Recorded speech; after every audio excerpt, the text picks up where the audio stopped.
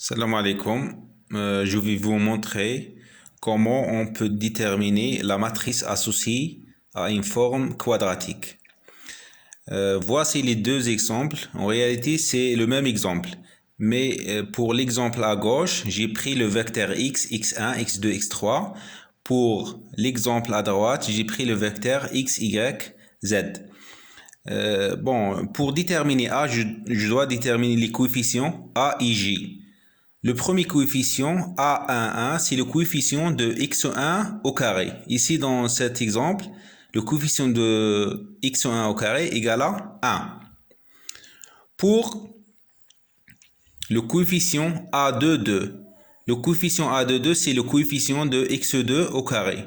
Donc, le coefficient de x2 au carré égale à 2. Pour A33, c'est le coefficient de x3 au carré, donc égal à 3. Voici l'exemple.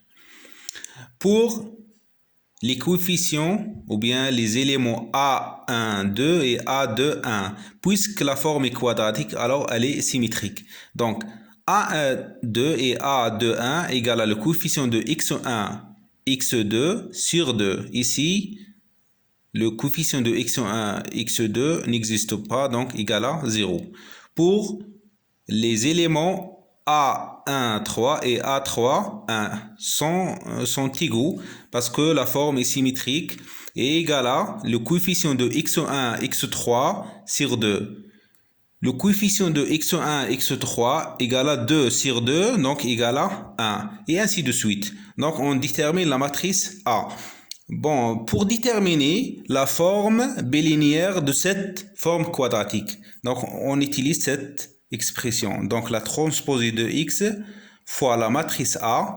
La matrice A de la forme quadratique, c'est en réalité c'est la matrice de la forme bilinéaire f fois le vecteur y.